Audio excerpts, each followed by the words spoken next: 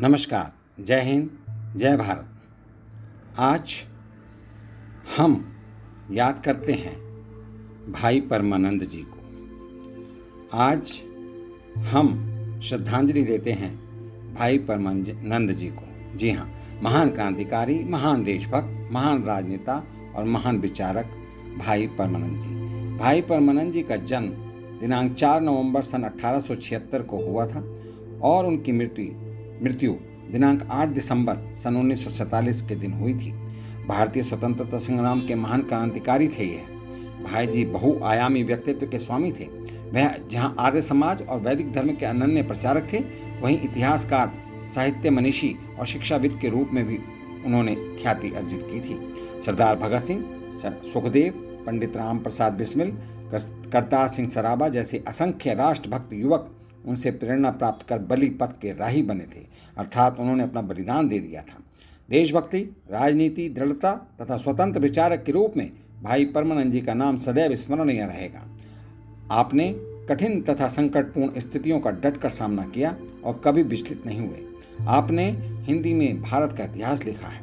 इतिहास लेखन में आप राजाओं, युद्धों तथा महापुरुषों के जीवन वृत्तों को ही प्रधानता देने के पक्ष में ना थे। आपका स्पष्ट मत था कि इतिहास में जाति की भावनाओं, इच्छाओं, आकांक्षाओं, संस्कृति एवं सभ्यता को भी महत्व दिया जाना चाहिए। आपने अपने जीवन के संस्मरण में लिखे हैं, जो युवकों के लिए आज भी प्रेरणा देने में सक्षम है। श्री भाई परमानंद जी का जन्म 4 नवंबर सन 1876 को जिला झेलम, जो कि अब पाकिस्तान में स्थित है, के करियाला गांव के एक ब्राह्मण परिवार में हुआ था।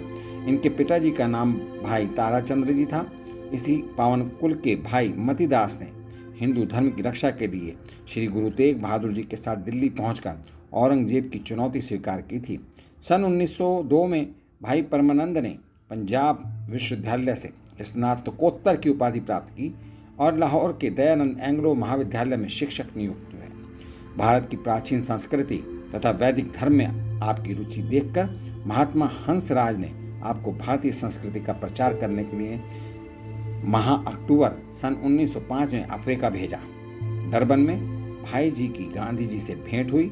अफ्रीका में आप तत्कालीन प्रमुख क्रांतिकारियों सरदार अजीत सिंह, सूफी अम्बा प्रसाद आदि के संपर्क में आए। इन क्रांतिकारी नेताओं से संबंध तथा क्रांतिकारी दल की कार्यवाही पुलिस की दृष्टि से छिप ना सकी। अफ्रीका से भाई जी लंदन चले गए। वहां उन दिनों श्री श्याम जी कृष्ण वर्मा तथा विनायक दामोदर सावरकर क्रांतिकारी कार्यों में सक्रिय थे। भाई जी इन दोनों के संपर्क में आ गए। भाई जी अर्थात भाई परमानंद जी सन 1907 में भारत लौट आए। दयानंद वैदिक महाविद्यालय में पढ़ाने के साथ साथ वह युवकों को क्रांति के लिए प्रेरित करने के कार्य में सक्रिय रहे। सरदार अजीत सिंह तथा लाला लाजपत राय से उनका निकट का संपर्क था। इसी दौरान लाहौर पुलिस उनके पीछे पड़ गई। सन 1910 में भाई जी को लाहौर में गिरफ्तार कर लिया गया, किंतु शीघ्र ही उन्हें जमानत पर रिहा कर दिया गया। इसके बाद भाई परमानंद जी अमेरिका चले गए। वहां उन्होंने प्रवासी भारतीयों में वैदिक हिंदू धर्म का प्रचार किया। वहां मार्तनक उपनिवेश में उनकी प्रख्यात क्रांतिकारी लाला हरदयाल से भेंट हुई। भारत में क्रांति कराने के लिए प्रमुख कार्यकर्ताओं के दल को यहाँ संगठित किया जा रहा था। लाला हरदयाल की प्रेरणा से आप भी इस दल में सम्मिलित हो गए। करतार सिंह सराभा, विष्णु गणेश पिंगले तथा अन्य युवकों ने उनकी प्रेरणा से अपना जीवन भारत की स्वाधीनता के लिए समर्पित करने का संकल्प लिया। सन 1913 में भारत लौटकर भाई परमानंद जी पुनः लाहौर में युवकों को क्रांति की प्रेरणा देने के कार्य में सक्रिय हो गए। भाई परमानंद जी ने दक्षिणी अमेरिका के कई ब्रिटिश उपनिवेशों का दौरा किया और लाला हरदयाल से सैन फ्रांसिस्को में पुनः मिले। गदर पार्टी के संस्थापकों में वह भी शामिल थे। सन 1914 में एक व्याख्यान यात्रा के लिए वे लाला हरदयाल के साथ पोर्टलैंड गए तथा गदर पार्टी के लिए तवारीखे हिंद अर्थात भारत का इतिहास नामक ग्रंथ की रचना की। भाई परमानंद जी द्वारा लिखी पुस्तक तवारीखे हिंद तथा उनके लेख युवकों को सशस्त्र क्रांति के लिए प्रेरित करते थे। भारत में क्रांति करने के उद्देश्य से तथा कथित गदर षड्यंत्र से वह भारत लौट आए। उन्होंने दावा किया था कि उनके साथ 5000 क्रांतिकारी भारत में आए थे। गदर क्रांति के नेताओं में वह भी थे। उनको पेशावर में क्रांति का नेतृत्व करने का जिम्मेदारी दी गई। दिनांक 25 फरवरी सन 1915 को लाहौर में गदर पार्टी के अन्य सदस्यों के साथ भाई परमानंद जी को भी गिरफ्तार कर लिया गया। उनके विरुद्ध अमेरिका तथा इंग्लैंड में अंग्रेजी सत्ता के विरुद्ध षड्यंत्र रचने, करतार सिंह सराभा तथा अन्य अनेक युवाओं को सशस्त्र क्रांति के लिए प्रेरित करने, आपत्तिजनक साहित्य की रचना करने जैसे आरोप लगाकर फांसी की सजा सुना दी गई। सजा का समाचार मिलते ही देश भर के लोग दुखी हो उठे। अंततः भाई जी की फांसी की सजा रद्द कर उन्हें आजीवन कारावास का दंड देकर दिसंबर 1915 में अंडमान निकोबार में काला पानी भेज दिया गया। उधर भाई परमानंद जी जेल में अमानवीय यातनाएं सहन कर रहे थे। इधर उनकी धर्मपत्नी श्रीमती भाग्यसुधी धना भाव के बावजूद पूर्ण स्वाभिमान और साहस के साथ अपने परिवार का पालन पोषण कर रही थी। अंडमान की काली कोठरी में भाई परमानंद जी को गीता के उपदेशों ने सदैव कर्मठ बनाए रखा। जेल में श्रीमद् भगवद गीता संबंधी लिखे गए अंशों के आधार पर उन्होंने बाद में मेरे अंत समय का आश्रय नामक ग्रंथ की रचना की। राजनीतिक बंदियों को कठोर कारावास के विरुद्ध भाई परमानंद जी ने 2 महीने का भूख हड़ताल किया। गांधी जी को जब काला पानी में उन्हें अमानवीय यातनाएं दिए जाने का समाचार मिला तो उन्होंने दिनांक 19 नवंबर सन 1919 के यंग इंडिया में एक लेख लिखकर यातनाओं की कठोर भर्त्सना की। उन्होंने भाई परमानंद जी की रिहाई की भी मांग की। दिनांक 20 अप्रैल सन 1920 को भाई परमानंद जी को काला पानी जेल से मुक्त कर दिया गया। काले पानी की काल कोठरी में 5 वर्षों में भाई परमानंद जी ने जो अमानवीय यातनाएं सहन की थी, भाई जी द्वारा लिखित मेरी आप बीती पुस्तक में उनका वर्णन पढ़कर रोंगटे खड़े हो जाते हैं। प्रोफेसर धर्मवीर द्वारा लिखित क्रांतिकारी भाई परमानंद ग्रंथ में भी इन यातनाओं का रोमांचकारी वर्णन दिया गया है। जेल से मुक्त होकर भाई परमानंद जी ने पुनः लाहौर को अपना कार्यक्षेत्र बनाया।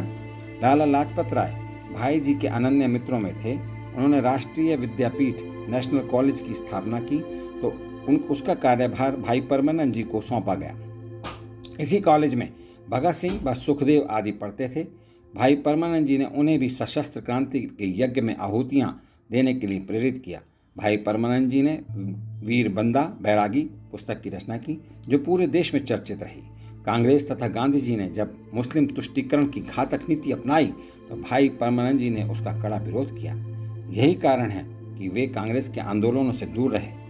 वह जगह जगह हिंदू संगठन के महत्व पर बल देते थे। भाई परमानंद जी ने हिंदू पत्र का प्रकाशन कर देश को खंडित करने के षड्यंत्रों को उजागर किया। भाई परमानंद जी ने सन 1930 में यह भविष्यवाणी कर दी थी कि मुस्लिम नेताओं का अंतिम उद्देश्य मातृभूमि का विभाजन कर पाकिस्तान का निर्माण करना है। भाई परमानंद जी ने यह भी चेतावनी दी थी कि कांग्रेसी नेताओं पर विश्वास न करो, यह किसी दिन विश्वासघात कर देश का विभाजन कराएंगे। सन 1979 में भारत सरकार ने भाई परमानंद जी की स्मृति में डाक टिकट जारी किया। बाद में आप हिंदू महासभा में सम्मिलित हो गए।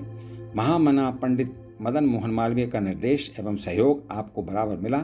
सन 1933 ईस्वी में आप अखिल भारतीय हिंदू महासभा के अजमेर अधिवेशन में अध्यक्ष चुने गए।